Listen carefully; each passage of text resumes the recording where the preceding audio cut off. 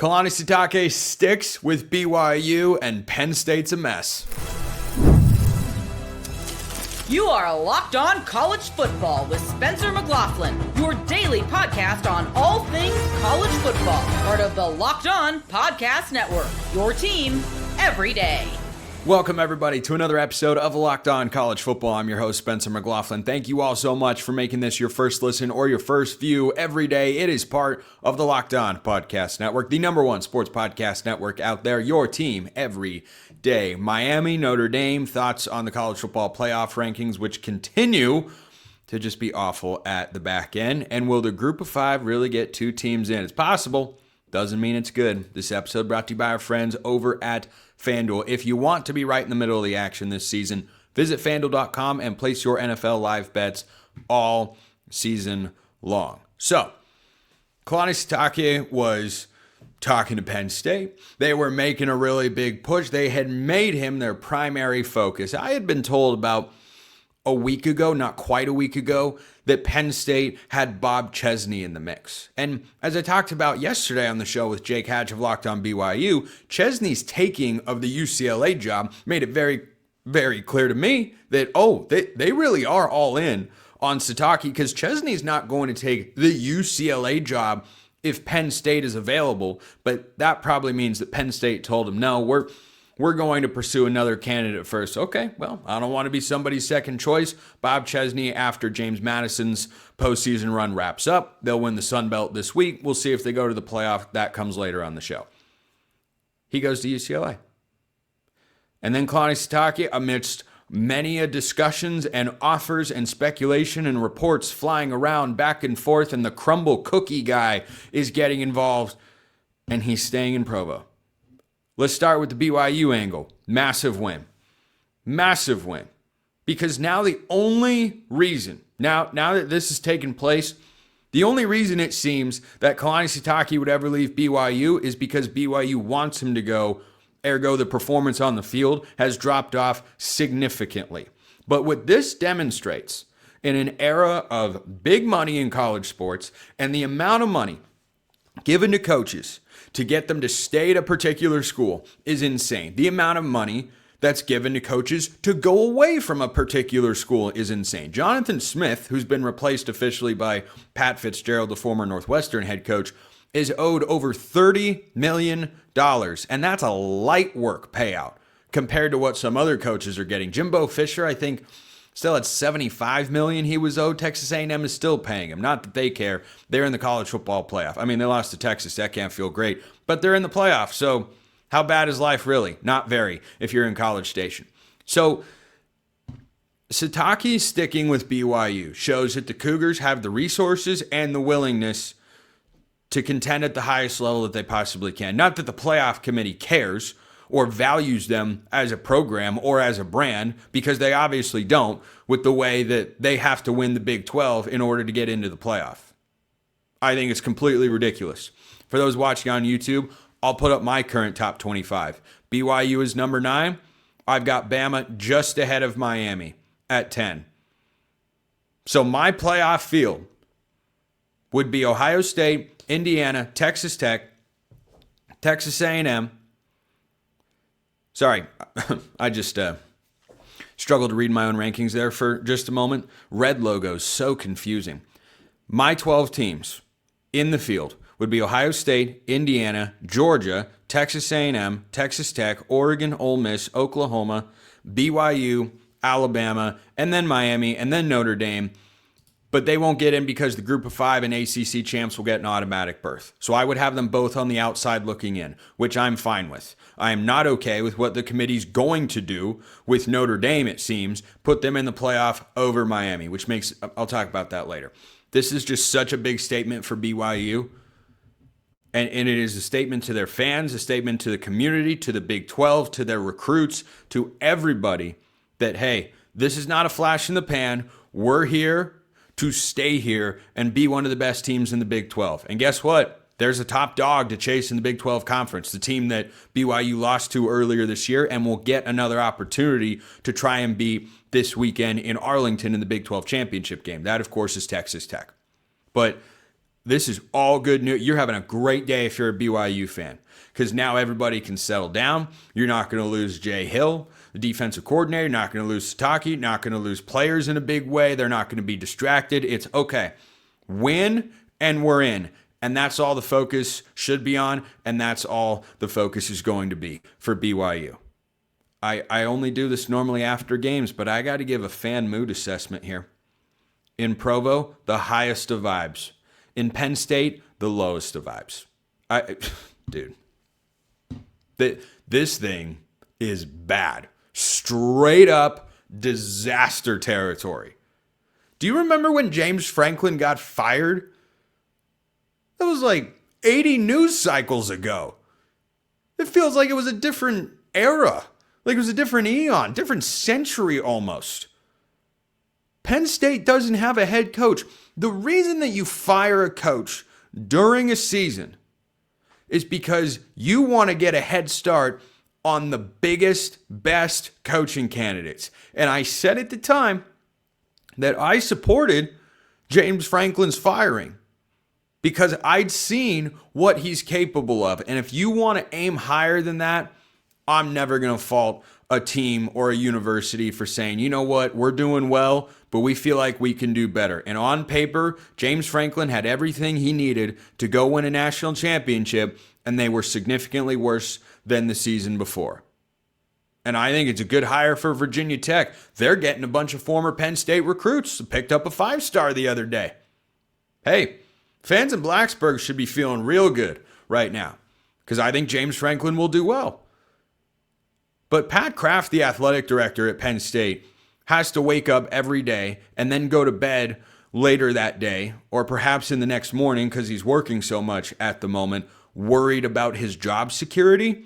Because when you fire a coach at that point in the season, and then you just go whiff after whiff after whiff, and John Sumrall's at Florida, and Alex Golish is at Auburn, and Ryan Silverfield is at Arkansas, and Rhett Lashley sticks with SMU, and Matt Rule sticks with Nebraska, and you just keep going down the list, and all of a sudden the music stops, and you're trying to get a chair, and not only is there not one available, it feels like someone's taking the chair and is whacking you with it instead. Who are they going to hire? Jeff Brom at Louisville? I mean, I like Jeff Brom. I think Jeff Brom could do well. Matt Campbell at Iowa State. I don't know if he's leaving Ames. I think he's been talked about a lot for many years. Seems like he really likes it there. They had an 8-win season. He's a good coach. But the colossal failure of Penn State's coaching search right now is that they have missed on all of their top targets, and that you went after Sataki, and it was well documented that he was their number one priority, and he became the focus of their coaching search, and they still don't have a head coach. Meanwhile, someone who they were considering is already committed to be a head coach elsewhere for an inferior brand in your conference. Oh boy, that's a pretty bad look.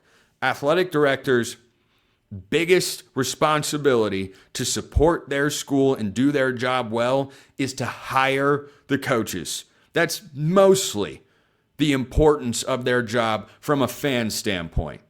And Pat Kraft right now is failing badly.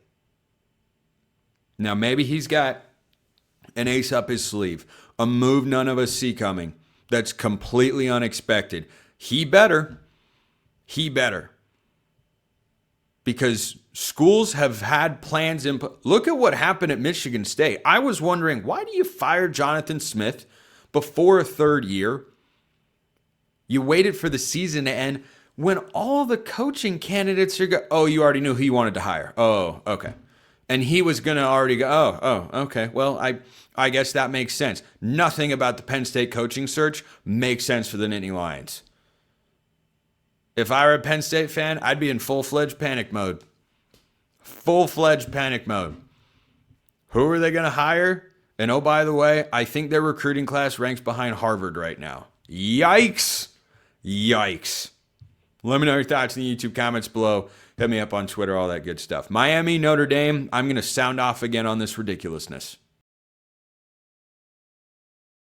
First, this episode brought to you by our friends at FanDuel. NFL Sundays move fast. One big play, and suddenly everything feels different. That's what makes live betting with FanDuel so exciting. You're not just watching the game, you're reacting to it in real time. With FanDuel, you can place bets as the action unfolds. Every drive, every momentum swing, every highlight moment. And it's conference championship weekend. You've got Mountain West and the American on Friday. You have got the Power Four conferences this weekend. I can't wait. I love championship weekend. Some games have more on the line than others, but they can all have the same stakes if you check out FanDuel. Point spread, money line, point total, prop bets. FanDuel's got it all. FanDuel's got it all, and it's all available for you. So if you want to be right in the middle of the action this season, visit FanDuel.com and place your NFL live bets all season long, or get in on the college football action. There's a lot. Who do you think's winning? Who's going to win the national championship? Playoff matchups? It's all going to be there. They've got a bunch of great information. If you just want to learn some things, FanDuel's got you covered. So, FanDuel, the game moves fast, and so can you. Complete and utter insanity. That's how I describe Miami being behind Notre Dame. They are going to get completely screwed out of a playoff spot unless the committee feels enough pressure and changes course. But neither team is playing a game this weekend. So I'm unclear how Miami winds up in the playoff. If they are put in along with Notre Dame, that's an acceptable outcome. They either need to be in the same spot or Miami's in while Notre Dame is out. It just keeps getting more ridiculous with the committee. And again, I'll reiterate, I've been a defender of the committee because I think they have almost exclusively gotten it right. This is one where they are trending to get it very, very wrong. And all the belly aching, which I'm ridiculously tired of from the Texas side of things with regards to the playoff, and they're sitting there at 9-3, it doesn't look like they're making the college football playoff, nor should they. They should look back and go, yep, we shouldn't have lost to Florida. That's what kept us out. Just like Ole Miss last year. Yep, shouldn't have lost to Kentucky. That's what it needs to come down to. So for the committee to be in this position and then to put out some just completely asinine quotes about what they're doing. I'm not a tinfoil hat conspiracy guy, but I got to tell you, my kitchen is very well stocked, and obviously I've got tinfoil in there. I'm going to set some aside. I'm going to just stash it in the corner, and you might see me put a hat on at one point this year. So the folks out there that believe that, you know, everything's just run by TV networks and it's a conspiracy to just get the teams that are going to get the most viewership. How do you argue against that with Notre Dame against Miami? How? Is it strength of schedule? No. Strength of record? No. Actual record? No. Head-to-head? No. There is no.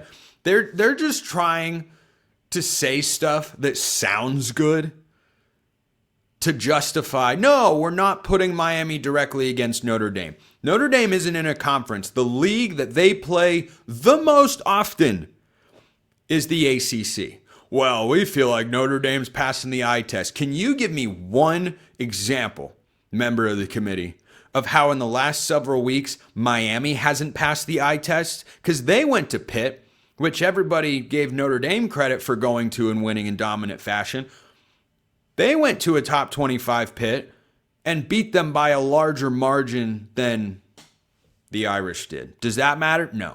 No, of course not. Now, on a different note, here's the rankings, by the way, are Ohio State, Indiana, Georgia, Texas Tech, Oregon, Ole Miss, Texas A&M fell down to 7, Oklahoma 8, Alabama 9, and Notre Dame 10. Notre Dame went down. Why, you ask? Here's what the committee chair, Hunter Yurachek, said. Nicole Auerbach tweeted this out. Specifically, CFP chair Hunter Yurachek said Alabama's early 17-point lead over 5-7 Auburn, which it then blew, and then the, quote, gutsy call there late in the game to go for it on 4th and 2, end quote, and the late forced turnover were what impressed the committee. All right, I was watching the Iron Bowl. I did a reaction show. You know why? Because it's a great rivalry, and it was awesome. But if we step back and actually look at that game through a college football playoff lens, what he's saying there is totally insane. It's completely and totally insane.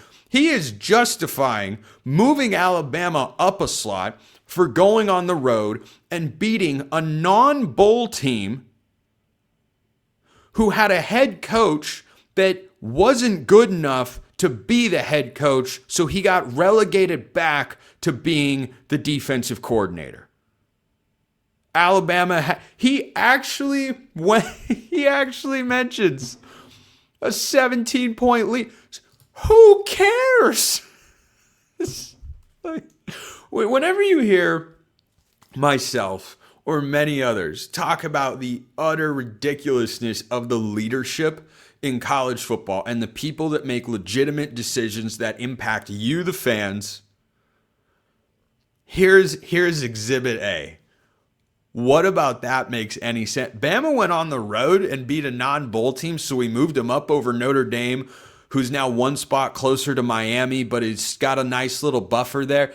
Here's what the committee is setting itself up for. I don't know if they're going to do this or not. But in the committee's own rankings right now, Notre Dame's 10, BYU's 11, Miami is 12. Texas Tech is favored by almost 2 touchdowns against BYU. That doesn't mean the Cougars can't win. They have to play a lot better than they did last time, but it's a neutral site, not a road game at least. So if BYU loses that game, very possible. We know the committee wants to keep BYU out of the playoff. They don't want to see him in there. So will BYU just stay put? Will they just sit there at 11-2 and serve as the buffer school so that there isn't the direct visual of Miami being right behind Notre Dame with the same record, with a bunch of the same opponents, and a head-to-head victory? I just continue to be befuddled at the fact that this sport, which I love this sport. I love the debates at some level. This one is driving me a little bit insane, if you haven't noticed. But I love the uniqueness of this sport. I love all of the processes that make it different than everything else, especially professional sports. I love that the Iron Bowl, which was a game between a potential playoff team and a team that isn't going to a bowl game with an interim head coach, was still a close game. Why? Because it's college football. And yet it is run at the highest levels by folks that have no idea what they are talking about. And they might not even be in control of their own words and actions all the time. They might be taking directive from someone else. I'm going to have a hard time talking some of you off that ledge. And guess what? I'm not even going to try to stop you from going down that rabbit hole, because I don't think it's that. I don't think it's infeasible at all. I really don't.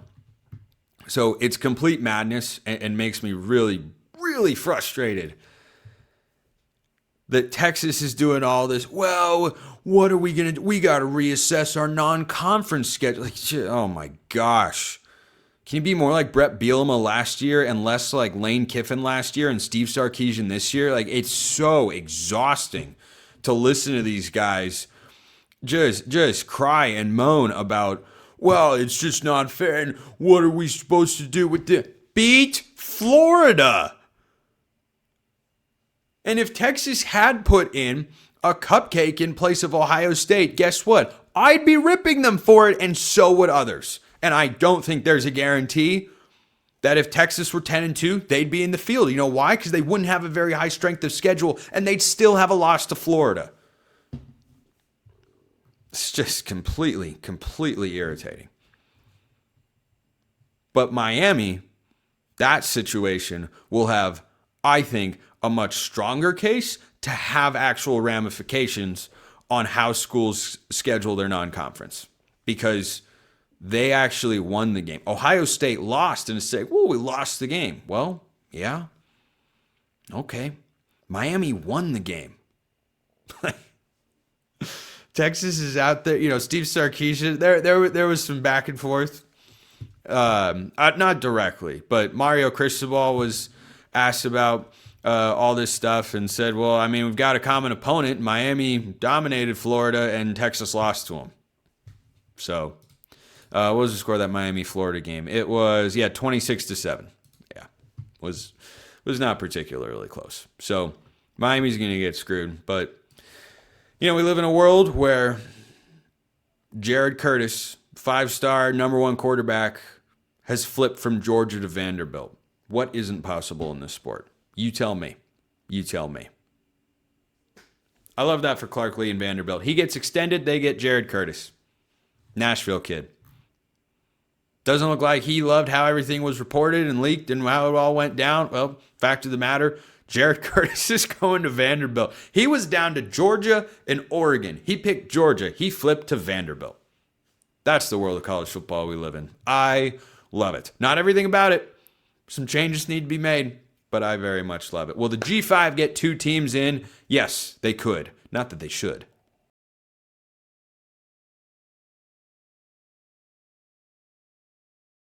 So the American Conference Championship game is a play-in for the college football playoff. Far be it from me to forget to remind you, the college football public, as I've said for a long time, that a group of 5 team will make the playoff. So the Green Wave, I had them pegged as a playoff contender coming into the season, especially once they added Jake Retzloff, and here they are.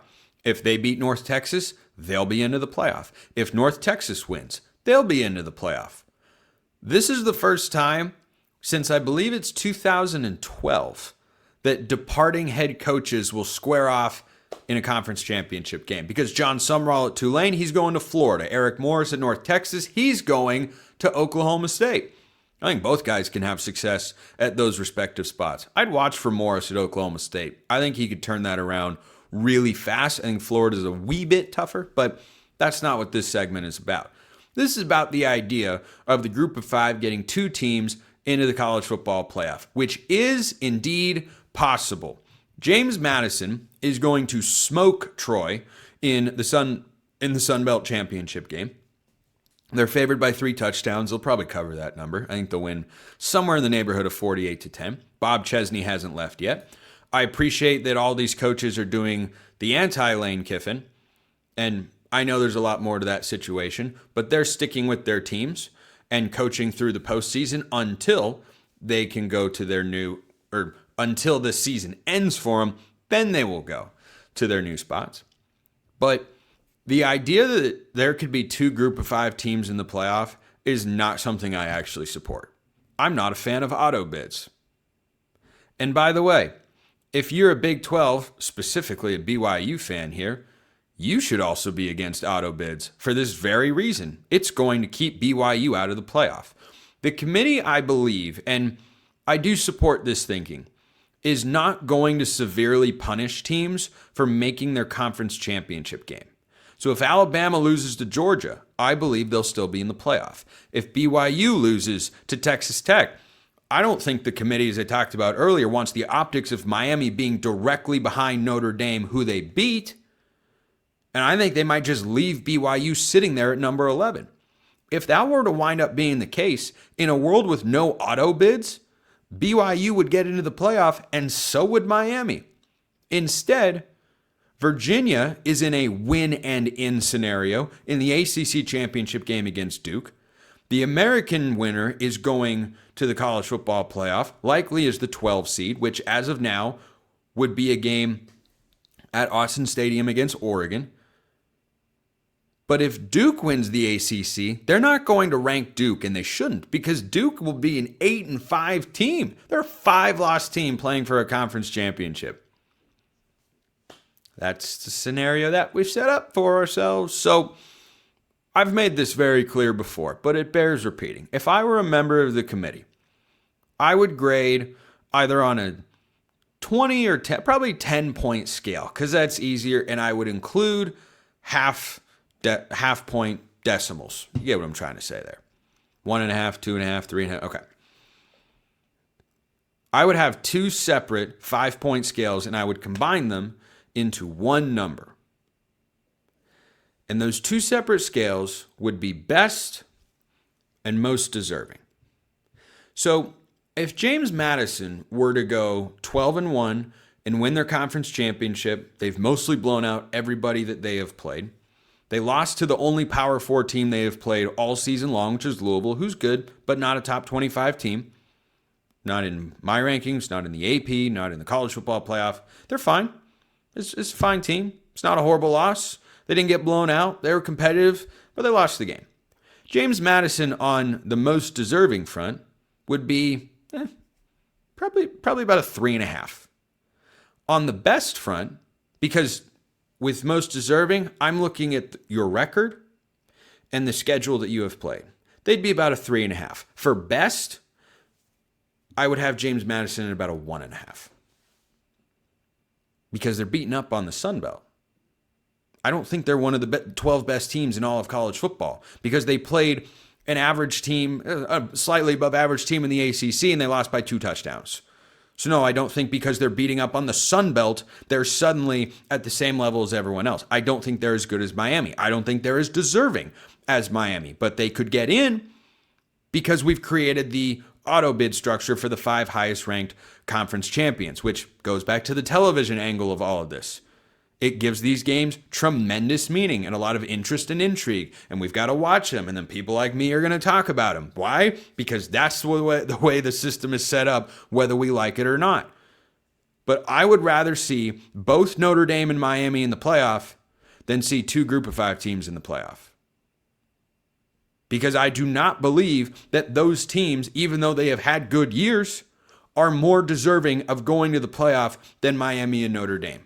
I do not believe that. And so the idea of a Group of 5 team getting into the playoff is not one I'm inherently opposed to. Take Tulane, for example.